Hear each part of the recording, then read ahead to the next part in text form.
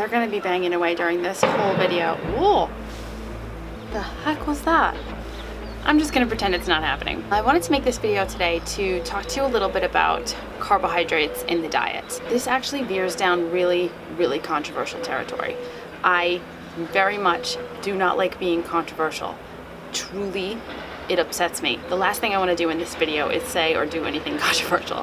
First, disclaimer, I just want to mention, this video is not for people who have a reason to avoid carbohydrates with, say, diabetes, type 1 or type 2. Girls, I hear you, I love you. Please don't follow this advice because I really don't know how to speak to your particular condition. And if you have any other reason why you should be avoiding carbohydrates in your diet for a medical purpose or anything else that you have discussed with your physician or your dietitian or nutritionist, please ignore what I'm about to say. You know, are you Trump or are you Hillary? Tastes great, less filling. Carb or low carb? It seems to be that this is a very divisive issue. So I want to talk a little bit about why adding carbohydrates to the diet if you're suffering from hypothalamic amenorrhea actually may help you. First of all, let's have a quick talk about what carbohydrates do. The body uses carbohydrates for energy. They fuel the brain and the central nervous system and help you burn fat. It helps you preserve muscle tissue because it helps you not use protein, your own protein, that is your own muscle tissue, as a primary energy source. If you check out the work of Dr. Stacy Sims in the book Roar that you've heard me talk about, Stacy Sims says the bare bones minimum you need a day is about 130 grams of carbohydrate. And this is just to keep you walking around and talking and having somewhat intelligible conversation with people. She talks about the controversy of low carb versus high carb and recognizes that, yes, there's a lot of people that talk about low carbohydrate diets and how they aid in fat adaptation. But in her research, she does actually not find a benefit to performance with a low carbohydrate diet, especially not with women. Okay, so here's why. Low carbohydrate diets increase fatty acid oxidation during exercise and promote intramuscular fat storage. See, because when women drop too low in carbohydrate, it causes a drop in estradiol, a rise in estrone. This signals the body to store more fat with a raise in cortisol.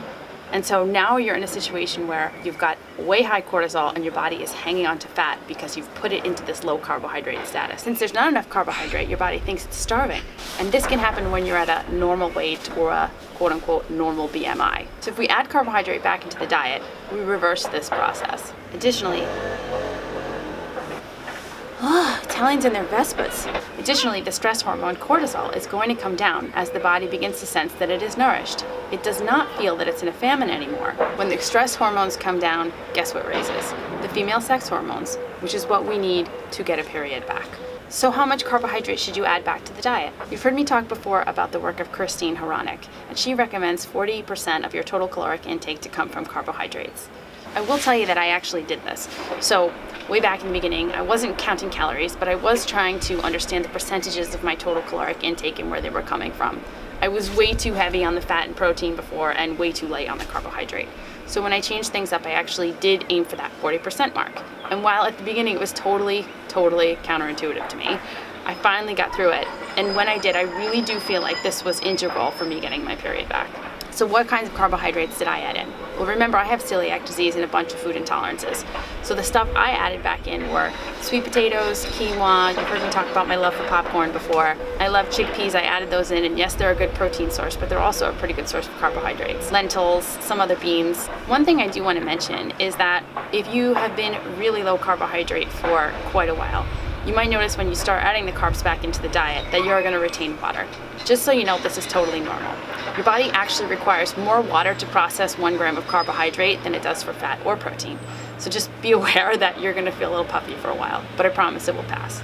The other thing about carbohydrates, they make you happy. Like, I'm totally serious. Carbohydrates really make you happy. If carbohydrates are wrong, I don't want to be right. And over time, when you kind of maintain this level of higher carbohydrate in the diet, you feel good. You actually feel good. And I'm going to be the first one to tell you that the stress that I felt about gaining weight started to diminish. The stress that I felt about stopping running and changing my entire life to get healthy diminished over time. And I'm not going to say that it was 100% because I started eating carbohydrates, but I think there's a pretty strong argument to suggest that the rise in happy hormones and the decrease in cortisol isn't so bad for your overall mood. Definitely do not eat carbohydrates to the detriment of the other important macronutrients in your diet. You still need protein, you still need fat. It's just that if you were way down in the carbohydrates like I was, adding, like I said, at least about 40% back into your diet might show some improvement. I'm really interested to see your feedback on this. Please don't blast me for suggesting that you eat a carbohydrate. But if you did add some carbohydrates back into your diet and you have noticed an improvement, or you started to get more symptoms, or if you feel better, or if you just really like the idea of eating pizza again, leave me a comment below. And remember, you can go to acaseofthejills.com, find all the videos and all of the emails of the week, which are really fun, by the way. I take one of the emails that one of you lovely ladies send me, and I post it up there on the website so that you can maybe get some advice from others who are going through hypothalamic amenorrhea just like you are. You can also find me on Facebook at Facebook/acaseofthejills. You can follow me on Instagram, acaseofthejills. Please like and subscribe here and share this video with anyone you think can benefit. Any questions or comments, you can get me at acaseofthejills@gmail.com. I hope you're having a great day, and may all of you have your windows open to a construction site. Ciao.